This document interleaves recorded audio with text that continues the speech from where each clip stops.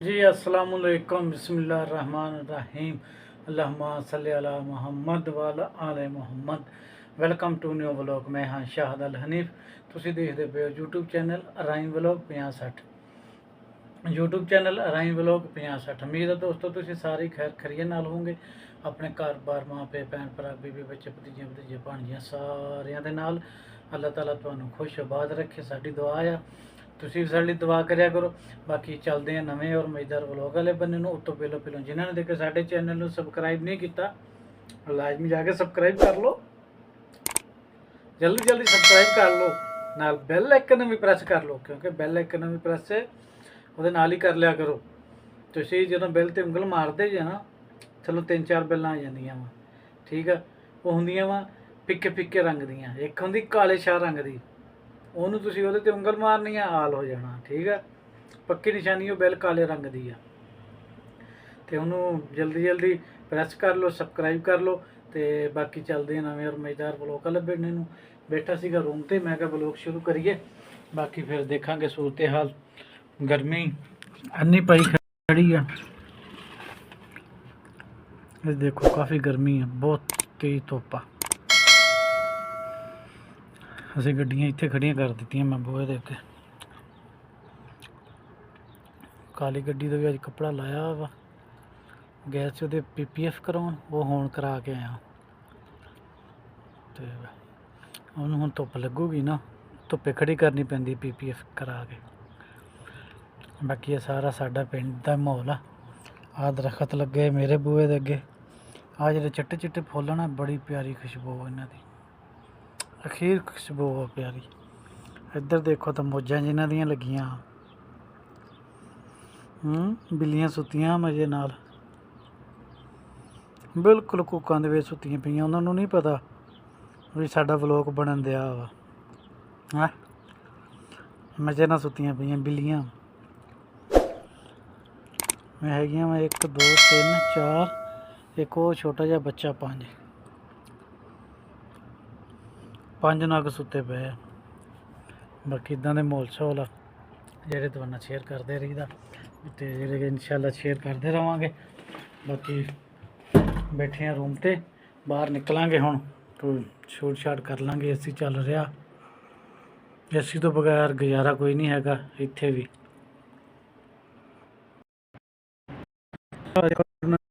ਜਗ੍ਹਾ 'ਤੇ ਆ, ਮੈਂ ਕਿਹਾ ਚਲੋ ਛੋਟਾ ਜਿਹਾ ਹੈਗਾ ਪਿੰਡ ਦਾ, ਇਹ ਪਿੰਡ ਹੀ ਮਾਹੌਲ ਸਾਰਾ। ਆਪ ਤੇ ਤੰਬੂ ਲਾਏ ਹੋਏ ਆ, ਛੋਟਾ ਜਿਹਾ ਪਾਰਕ, ਬੱਚੇ ਕੇ ਖੇਲਣ ਆ ਰਹੇ। ਛੋਟਾ ਜਿਹਾ ਪਾਰਕ ਦਿੱਤਾ ਹੋਇਆ ਪਿੰਡ ਦੇ ਵਿੱਚ। ਇੱਧਰ ਆ ਸਾਰਾ ਹੀ ਪਿੰਡ ਆ, ਸਾਰਾ ਇੱਧਰ ਪਿੰਡ ਮਾਹੌਲ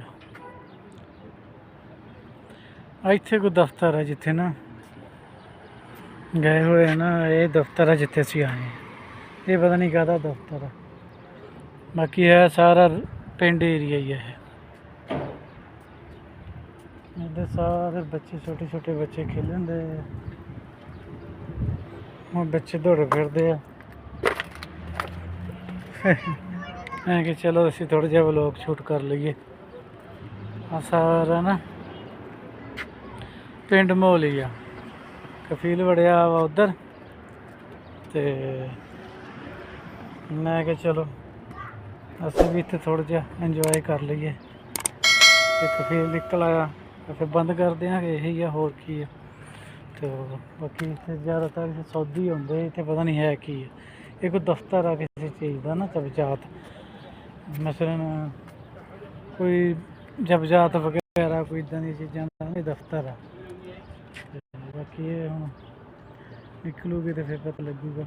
ਫੀਲ ਇਕੱਲਾ ਹੀ ਆਇਆ ਹੋਇਆ ਹੈ। ਅੱਗੇ ਵੀ ਅਸੀਂ ਇੱਕ ਦਿਨ ਆਏ ਸੀਗੇ, ਮੈਂ ਪੁੱਛਿਆ ਨਹੀਂ ਵੀ ਤੂੰ ਕੀ ਕਰਨਾ ਇੱਥੇ, ਅਤੇ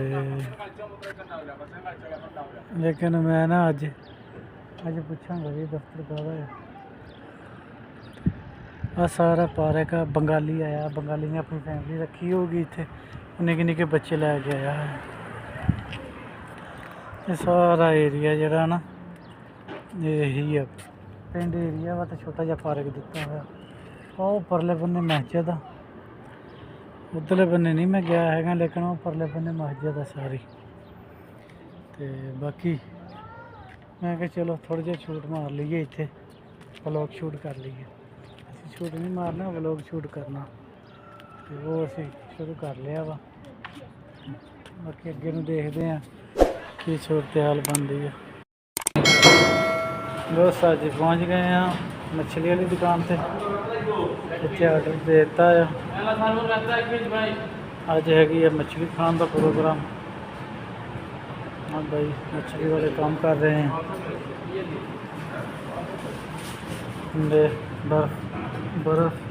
बर्फ के उत्ते रख देंगे ना फिर साजी इसका दिखाना इसकी वीडियो बनाना है।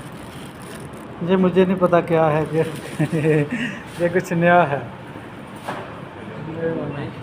ये वाली मछली सारी, ये वाली कीड़े, इसको पता नहीं क्या बोलते हैं, मुझे उसका नाम नहीं आता। इधर किचन है इनका, ये सारा किचन है। इधर मसलन तैयार करते हैं मछली।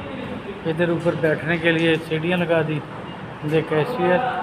इधर सारी डेकोरेशन मसलन मछली की कर दी इन्होंने। तो उत्थे जिहड़ा वो मुंडा सामने इधर खड़ा दिस रहा वा, ये मछली की सफाई करके इधर किचन से सेट कर देंगे। तो इधर फिर आ मछली चल रही है, छोटी छोटी मछली होनी इसके अंदर। ये थानू नहीं मैंने शक दिस रही होनी। फिर ये छोटी छोटी मछली ये छड़ी हुई है। ये वैसे डेकोरेशन पीस रखते होंगे। ये सारा यही दुकान का माहौल सीगा। तो बाहरों तुहानू फ्रंट दिखा दीए, बैक फ्रंट है इसका, मोरे पार्किंग आ। इधर दरखत लाते डेकोरेशन वास्ते, उत्ते बत्तियां बुत्तियां लगियां हैं, हले भी चलन दियां आ। दोपहरा 11 बज गए, हले भी चल रही। आ बंद आ, वो चल रही।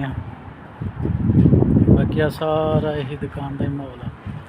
मैं कहा चलो थोड़ा जिहा शेयर कर लीए, तो साडे ब्लॉग भी बन जूगा। तो साडी डेकोरेशन असीं अपनी तैयारी करके आए हैं, क्योंकि असीं इत्थे जुम्मा पढ़ना है। बाकी अल्लाह ख्याल करे। इत्थे बेह्ले हैं कुर्सी ते, बाद देखते हैं कि सूरत हाल बनती है। क्योंकि इन्होंने ऑर्डर दिता वा, पैसे पूसे इन्होंने पूछांगे किन्ने पैसे बनते हैं। पैसे देवांगे 700-800 रियाल, 900 रियाल तक बनते होंगे। तो वो दे के तो फिर अल्लाह खैर करे, सारा क्लीयर करके तो अपना रूम से फिर नवी जगह तो बनावांगे ब्लॉग, नवी जगह शूट करांगे। उत्तों का देखांगे कि वाले मस्जिद से जाना, जुम्मा पढ़ना है, उत्थे भी थोड़ा बहुता ब्लॉग बनावांगे। बाकी ब्लॉग इतनी पूरा हो जाना अल्लाह खैर करे। तो बाकी तुसीं जल्दी जल्दी चैनल सबसक्राइब कर लो, मज़ेदार वीडियो देखने वास्ते राइन ब्लॉग को फॉलो कर लो, सबसक्राइब कर लो, नाले बेल आइकन भी प्रेस कर लो। राइन ब्लॉग की सपोर्ट करा करो, ठीक है। तो बाकी देखते अगे की सूरत हाल बनती है। सारा मछली वाला ही है, हले मुंडे घट आ ना, पहला टाइम आ, हुण वधन लग पने आ।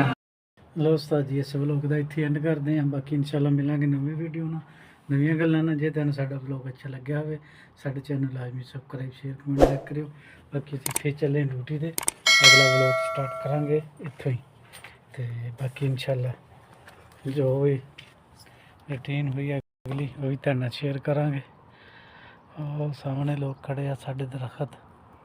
तो बाकी तब तक के लिए अल्लाह हाफिज़।